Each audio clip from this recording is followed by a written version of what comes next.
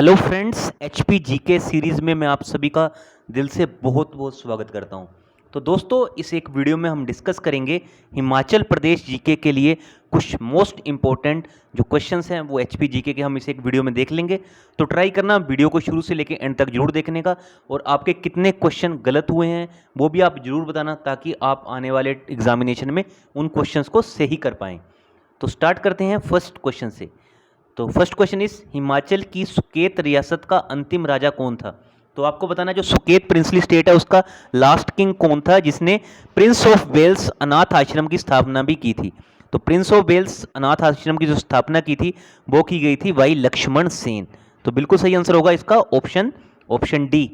Next question is 1948 ईस्वी में 1948 ईस्वी में जब बाघल रियासत को हिमाचल प्रदेश में मिलाया गया था, उस समय वहां का शासक कौन था। तो जब भागल प्रिंसली स्टेट को हिमाचल प्रदेश में आपको पता मिलाया गया था, तो उस टाइम पे जो भागल प्रिंसली स्टेट का राजा था उसका नाम था Rajendra Singh. Option A. Next is Himachal की कुल्लू रियासत किस वर्ष अंग्रेजी साम्राज्य का एक भाग थी। तो हिमाचल की जो कुल्लू प्रिंसली स्टेट है वो किस टाइम पे बेसिकली अंग्रेजों में शामिल थी, आप कह सकते हो अंग्रेजी जो ब्रिटिश साम्राज्य था उसका एक पार्ट थी। तो बिल्कुल सही आंसर होगा 1846 ईस्वी में। तो ये वो वाला टाइम था जो लॉर्ड डलहौजी के आने से पहले का टाइम पीरियड था।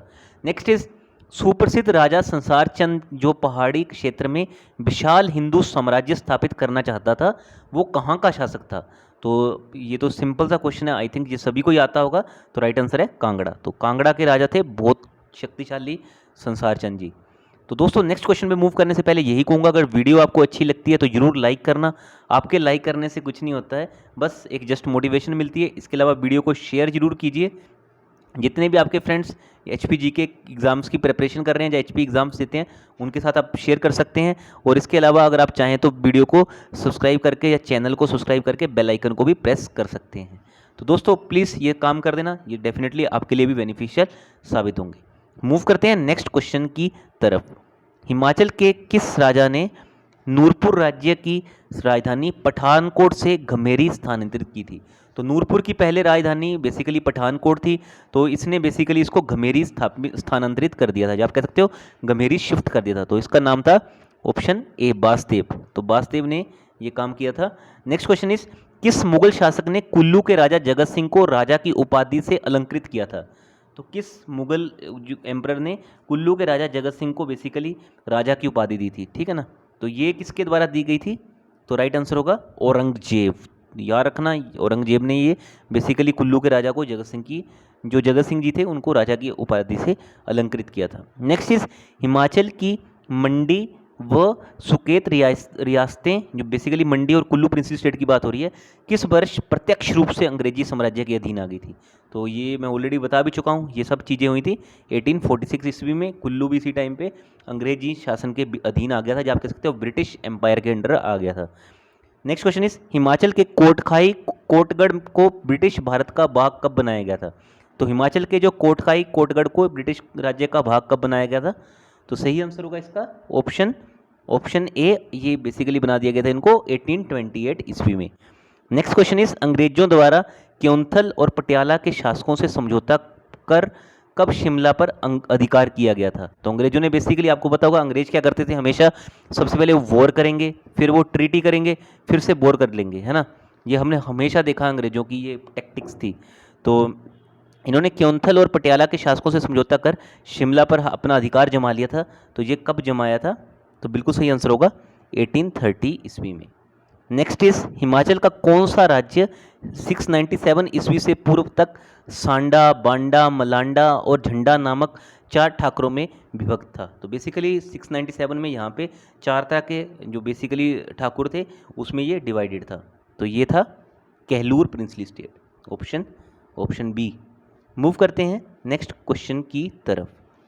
हिमाचल के पांगड़ा नामक स्थान पर 765 में एक राज्य की नींव रखी गई थी, जो बाद में किस नाम से जाना गया।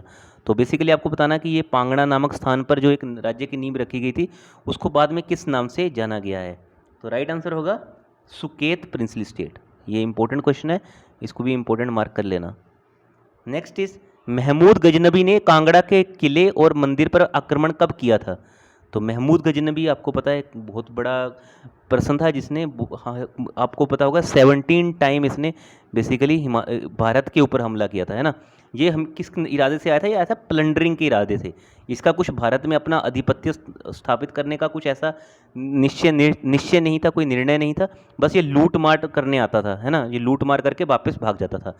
सोमनाथ के टेम्पल पे भी इसने बहुत ज़्यादा लूट मार की थी। तो इसने कांगड़ा पे कब हमला किया था? तो कांगड़ा पे इसने हमला किया था 1009 ईस्वी में, 1009। याद रखना ये क्वेश्चन भी। नेक्स्ट इस मुगल शासक जहांगीर ने नगरपुर के राजा जगत सिंह की सहायता से कांगड़ा के दुर्ग पर कब अधिकार किया था? तो इन्होंने कब अधिकार किया था? तो इन्होंने किया था, बिल्कुल सही आंसर होगा इसका ऑप्शन सी 1620।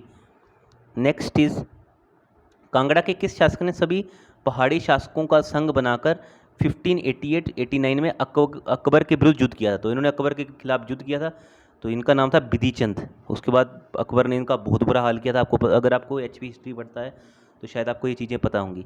1886 में कांगड़ा के किस शासक ने कांगड़ा के किले के ऊपर अधिकार किया था? तो 1886 में कांगड़ा के किस शासक ने बेसिकली कांगड़ा के किले पर अधिकार कर लिया था? तो ये थे महान संसारचंद। गोरखों ने कांगड़ा के क्षेत्र पर कब लूटमार कर आक्रमण कर लूटमार मचाई थी? तो ये मचाई गई थी 1809 ईस्वी में, क्योंकि 1816 में क्या होता है?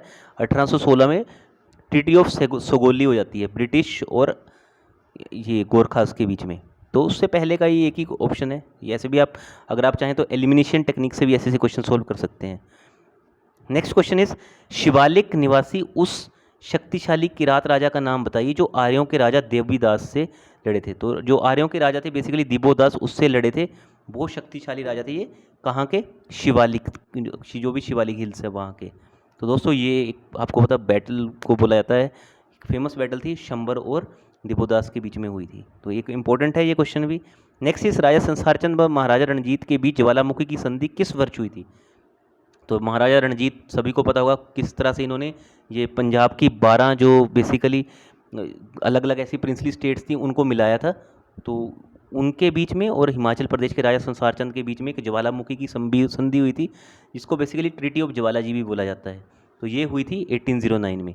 और जो महाराजा रणजीत सिंह थे इनका जो निधन था वो 1839 ईस्वी में हुआ था। बहुत अच्छे पंजाब के ये हम माने जाते एक शासक थे, जिन्होंने बेसिकली आपको पता होगा कोहिनूर हीरा दोबारा कहाँ से लेके आए थे? ये अफ़गानिस्तान से वापस लेके आ गए थे, अफ़गान से। उसके बाद अभी दोबारा ब्रिटिश लोगों ने ये कोहिनूर हीरा अभी कहाँ पे रखा हुआ है? लंदन में रखा हुआ है। तो एक शक्तिशाली राजा थे जो इन्होंने इतना दमखम रखा कोहिनूर हीरा वापस लेके आने का। कांगड़ा के दुर्ग को मोहम्मद तुगलक ने कब विजित किया था? बेसिकली आपको बताना है कि जो कांगड़ा के दुर्ग है उसको मोहम्मद तुगलक ने, तो मोहम्मद बिन तुगलक बेसिकली आप कह सकते हो, तो उन्होंने कब विजिट किया था, कब जीता था कांगड़ा के दुर्ग को? तो इसने मोहम्मद तुगलक ने जीता था 1337 ईस्वी में। नेक्स्ट इस लास्ट क्वेश्चन इस वीडियो का, यूरोपियन यात्री फॉरेस्टर ने 1783 में प्रदेश के किस युद्ध का वर्णन अपनी यात्रा वृत्तांत में किया है? तो किस युद्ध का उसने वर्णन किया अपनी यात्रा वृत्तांत में? तो राइट आंसर होगा कांगड़ा और कहलूर के मध्य हुआ युद्ध। जो कांगड़ा, ऐसे भी याद रख सकते हैं आप इस क्वेश्चन को, K है ना, कांगड़ा और कहलूर के बीच में जो युद्ध हुआ था उसमें बेसिकली यूरोपियन यात्री या फॉरेस्टर ने अपनी जो बुक है उसमें इसका वर्णन किया है, या आप कह सकते हो अपनी यात्रा का जो वर्णन किया है। तो उसमें बेसिकली कांगड़ा और कहलूर के युद्ध का उसने उसमें उल्लेख किया है। और ये कब किया गया है? ये 1783 में। तो चलिए दोस्तों, इस वीडियो में इतना ही था। वीडियो अच्छी लगी होगी तो लाइक करना, और चैनल पर पहली बार आए होंगे तो चैनल को सब्सक्राइब करके बेल आइकन को प्रेस कर लेना। बेल आइकन को प्रेस करना क्यों ज़रूरी है? क्योंकि इसी से ही आपको हर वीडियो की नोटिफिकेशन सबसे पहले मिलेगी। So thanks for watching. बहुत जल्दी मिलते हैं हम और वीडियोज़ के साथ। और अपना कीमती समय और चैनल को सब्सक्राइब करके बेल आइकन को प्रेस करने के लिए आपका बहुत बहुत शुक्रिया। So thank you so much.